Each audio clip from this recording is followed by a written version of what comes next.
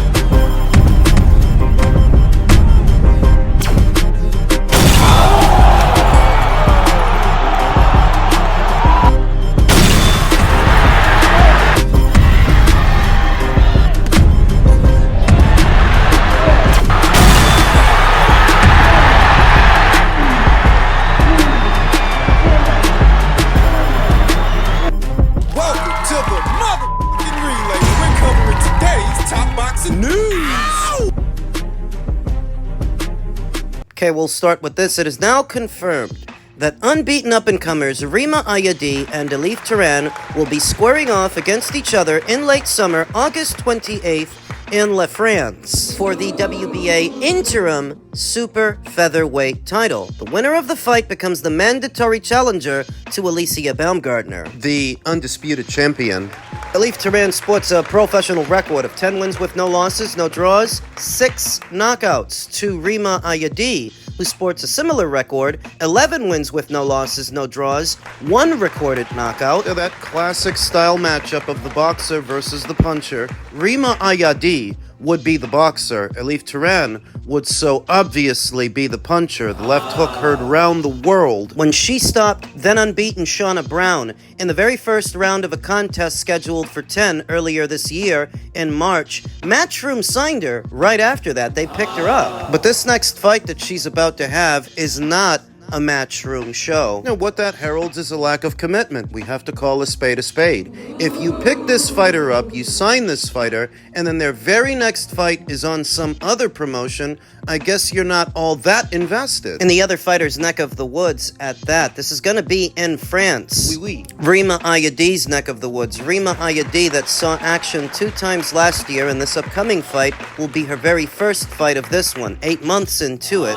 And I don't have any bold presuppositions about how this fight is going to end, because on paper, it looks to be a 50-50 fight. Rima Ayadi's quality of competition is about as good, if not better, than Elif Turhan's. She's been in there with a seasoned veteran in Alicia Budersa, a former champion in Victoria Bustos. It's a little better than what you find on Elif Turhan's resume, whose best win so far is unbeaten Shauna Brown. But that's not saying much. Though at the same time, to the eye, Elif Turhan seems a better physical specimen than Rima Ayadi. Her movements are a lot sharper, her power, her explosiveness. What she lacks in finesse, she makes up for in ferocity. In the fight, she will likely be the aggressor, where Rima Ayadi will likely be the defender, hanging back, moving lateral, trying to set traps, trying to land counters. Both unbeaten up-and-comers that are not yet bankable, and that's what makes this a 50-50 fight. That these are fighters that we are still getting to know. While Rima may have a slightly better resume than Elif Turhan,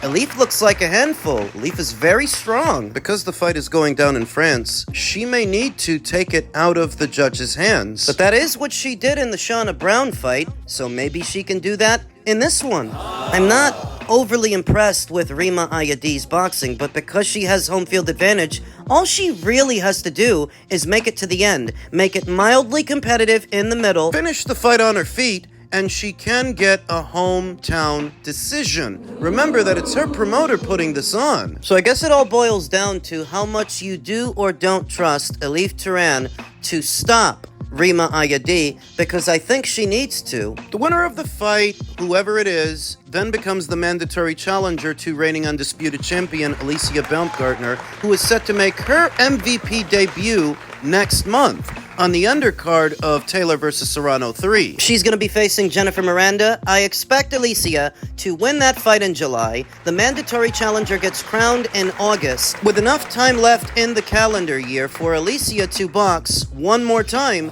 against that fighter. If it is Rima Ayadi that emerges the victor, how Alicia would approach a fight with Rima is not the same way she'd approach it with Elif. Since Rima Ayadi is going to try to hang back and box, Alicia would be the aggressor in that fight. She would take it to Rima Ayadi. Bully her. Whereas with Elif, it would be the opposite. She would move around. She would hang back, work off the counter. Since Elif is so aggressive and you don't have to find her in there, she'll find you. She'll be doing half the work for Alicia. Don't call her Alicia. She hates when people call her that. I know, that's why I did it. I would give Alicia the edge in both of those fights, irrespective of who wins. I think she can beat Rima Ayadi and she can beat Elif Turhan. It all depends on who she ends up fighting, if she even does end up fighting them, because it's also possible, that after the Jennifer Miranda fight, Alicia might move up. There's not a lot of big-name fights left for Alicia Baumgartner at 130 pounds. She might decide to move up to 135. You never know. And if she does, and the titles go vacant, the winner of this fight, whoever it is, may be elevated to full WBA champion. That is another scenario that we have to entertain. But that is the lay of the land at 130 pounds. Alicia fights in July. These two fight in August, and maybe the winners will face each other in the fall or winter months unless Alicia moves up. Yes. Men's lightweight news, a back-and-forth exchange between Lamont Roach and Gervonta Davis ahead of what is supposed to be the rematch between them. Lamont stated, LMAO, Buddy knows damn well I don't mess around like that. He's gassing y'all up to try and justify why he ain't do his part of the deal yet. He really might pull out of the fight. Stay tuned. To which Gervonta Davis responded, "You're a bitch. I can meet you at your son's school, if you want." Now, why would Gervonta Davis meet him there? What would be the point of that? You're a pugilist. You're a prize fighter. Why would you even fight him without the prize? Why would you fight him at his son's school for free? Because he's pretending to be a gangster. Lamont Roach responded by saying, I can meet you at your CP too. Got your little alias, Addy? To which Gervonta responded, you're just talking, you don't know shit. I know where every siblings live. Like I said, you're a bitch. I don't even understand this exchange. If you're so angry at Lamont Roach and he's such a bitch,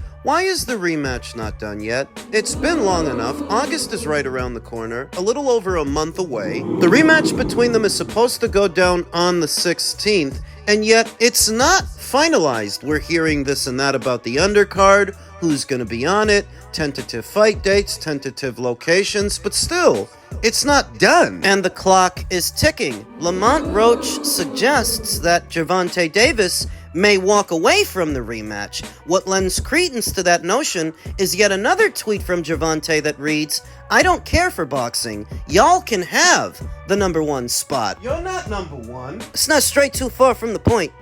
Would seem that Gervonta Davis has a wavering commitment to boxing. He started off this year by saying this could be his final year in the sport, that he wants to retire. Here, he's saying that he doesn't care for boxing ahead of what is supposed to be his rematch with Lamont. Has enough doubt crept into Gervonta Davis's mind that he doesn't think that he can beat Lamont. He doesn't think that he can get it right the second time out. And now he doesn't want to fight. Is he calling off the rematch?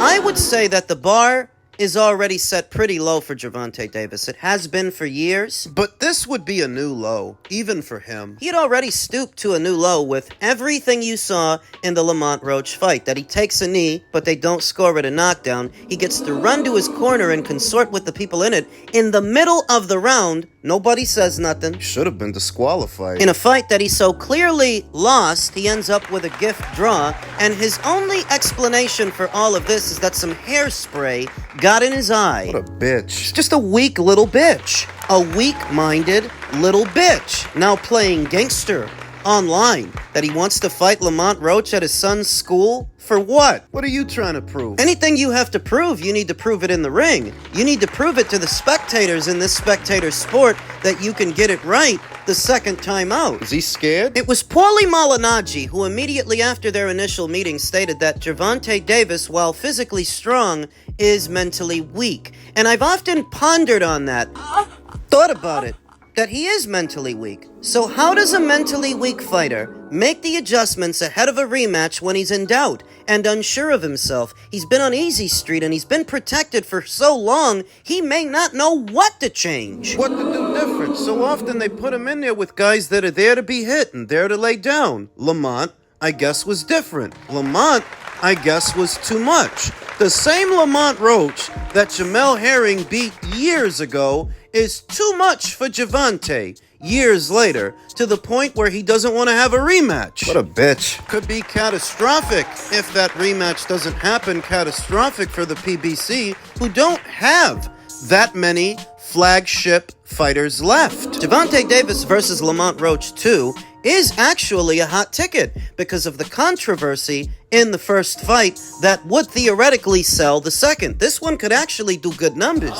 Like what you saw with Wilder and Fury, the first fight ended in controversy so that the second fight could sell 2 times as many pay-per-views. That could happen here. But if Gervonta walks away, that's catastrophic for the PBC. And for his image that has already taken a critical hit. If he decides to forego the rematch to do anything else with anyone else, it's not me connecting dots and me making shit up. It's Lamont Roach saying that he hasn't signed his end and he may walk away. He's the one saying that. Saying that about Gervonta. And in a situation where the big rematch falls apart, that will not leave Lamont short of a big fight. Because that draw for him is a win. All of the hyperbole associated with Gervonta Davis's abilities as a boxer was dispelled by Lamont Roach. So he got a little profile boost off of that, to where even if he doesn't get to fight Gervonta for a second time, he could always fight Shakur Stevenson on a Riyadh season show for a lot of money. The winner of Stevenson versus Zepeda. Could always do that, or he could always parlay that draw into a lucrative co-promotional contract between ProBox and, say, Matchroom. ProBox and, say, Top Rank. Go back down to the super featherweight division, where he still reigns as WBA champion with money behind him, enough money to try and unify that division against the champions that are there. If this rematch doesn't happen, if this rematch doesn't happen, I guess Foster versus Fulton doesn't happen, right? Because that's supposed to be on the undercard. Bar is set pretty low for Gervonta Davis, so low, you wonder why some people even like this guy. As a fighter, all he's done is avoid every real challenge at or around these weights. As a person, he really has no redeemable qualities. All he really is a reflection of degeneracy. The degeneracy of some, those who purport to get behind him. Losers. Notice something about Gervonta Davis's fans and their latent homosexual tendencies. A lot of these guys don't weigh more than 120 pounds soaking wet. Skinny little lizards. Yeah. I have serious reservations about anyone who claims to be a Gervonta Davis fan, because what exactly are you a fan of? The amount of times he puts his hands on broads? That's all he ever seems to get arrested for is hitting women. His latent homosexual tendencies, how he paints his nails and wears purses? What exactly makes you gravitate towards this guy? What could? Part of this entire back and forth exchange is Gervonta Davis trying to implicate Lamont Roach as a pet user. That's what he's trying to say when he posted a screenshot of somebody accusing Lamont Roach of working with Victor Conti, I think it was. He is a coward, and he is a reflection of the cowardice that lives within others, the degeneracy that lives within others, the trash. The garbage. That's why he tries so hard to come off as a gangster when he's a boxer. And not even a very good one, because what elite level boxer needs this much protection? So this will be the latest narrative his fans run with if anything happens to that rematch, that Gervonta Davis chose to forego it because Lamont Roach was on pads. Pussy. Just a damn pussy. And that's what his fans are too. That's why they never wanted him to fight a prime Vasyl Lomachenko or Devin Haney when he was there. They don't want him to fight Shakur Stevenson, who's there now, because they know he's a pussy and they're pussies too. Human trash. So is it possible that this rematch is going to fall by the wayside? It's gonna fall apart. Is it possible that Gervonta Davis will forego it? I wouldn't put it past him because he's a coward. Passing himself off as some kind of gangster for no other reason than his impoverished beginnings? You're not all of a sudden Nicky Barnes just because you're poor. You were poor. Every poor person in every ghetto in America is all of a sudden Nino Brown? Give me a break. We need all this drama, this entire production, because you couldn't take care of Lamont Roach like Jamel Herring took care of Lamont Roach. Jamel didn't need 2 fights to beat that guy decisively, but you do? Shit is pathetic. We'll see what happens. Over to another sad sack, another sorry excuse for a boxer in Ryan Garcia, who spoke out on mental health challenges facing men. Former WBC interim champion Ryan Garcia has opened up about mental health issues in a social media post on X. The Victorville Vulva has been open about his past mental health issues, and the problem continues to be vital to him. I've battled heavy depression. I've faced mental demons. Most people wouldn't even understand. And I just want to say that any man feeling alone in this, I see you. I feel the emptiness. I know what it's like to speak up and feel like nobody hears you, like your pain isn't real to them, but you're still a beast. We're taught to just push through, to grind, to bury the pain and keep moving like nothing's wrong. I've done that. I've been there. But no matter how far you get in life, no matter how much success you find, that pain doesn't just disappear. It stays and it leaks out in how you treat others, how you treat yourself, how you see the world. Yeah, what did you see when you told the world that we should dig up a dead guy so that we could unalive him again? But you're still a beast. You wake up, carry that weight, and keep going. That takes insane strength. That is real courage. And whether anyone tells you or not, it's noticed. You are seen. We have to keep talking about this. Men are dying in silence. Suicide, addiction, it's killing us. And the more we pretend we're fine, the worse it gets. Silence is killing great men. Speak up. Keep fighting. You're not weak for feeling pain. You're strong for surviving it. Me try not to throw up in my mouth. Well, this from the same guy who was taking shots at another man's wife to then hide behind his security when he is so confronted by that man. Ryan is a coward. Don't lose sight of that because it's Men's Mental Health Awareness Month. Ryan is only using that to distract you from his inadequacies as a boxer after his latest fumble, his latest failure. You really think this guy gives a damn about any of this? This is the same guy who said we should dig up a dead guy and unalive him. The same guy who was taking unprovoked shots at a man's wife for no real reason. If you got beef with Caleb Plant, keep it on you and Caleb. What are you bringing a guy's wife into it for? You're doing that because you're a coward. And you're doing this because you're a coward. Don't blame it on substance abuse. Don't blame it on the alcohol. That's how all these guys get out of their comeuppance. Get out of accountability. No, I was in a funk. I was sad. I wore sneakers in a pool. Don't blame me. I'm depressed. How many of these mental health issues that Ryan Garcia claims to have came from a clinical diagnosis in a medical setting? Is he on any medications? You think it's outside the realm of possibility that this is just another guy misappropriating another issue? It's not outside the realm of possibility for me. In all likelihood, that's what we're looking at. I've seen enough of Ryan Garcia's character, or the lack thereof, that I don't buy the Sally Struthers routine. Everybody claims to have mental health problems these days. Who's diagnosing these people? Dr. Google? Oh, because you've got baggage as opposed to everybody else who doesn't. You and everybody else walking the street. Everybody on the highway, the guys in the far left lane and the guys on the right, the guys in the middle, they've all got baggage. Everybody does, but just the act of having baggage doesn't absolve you of accountability, and that is something that Ryan's generation greatly struggles with, more than mental health. Accountability.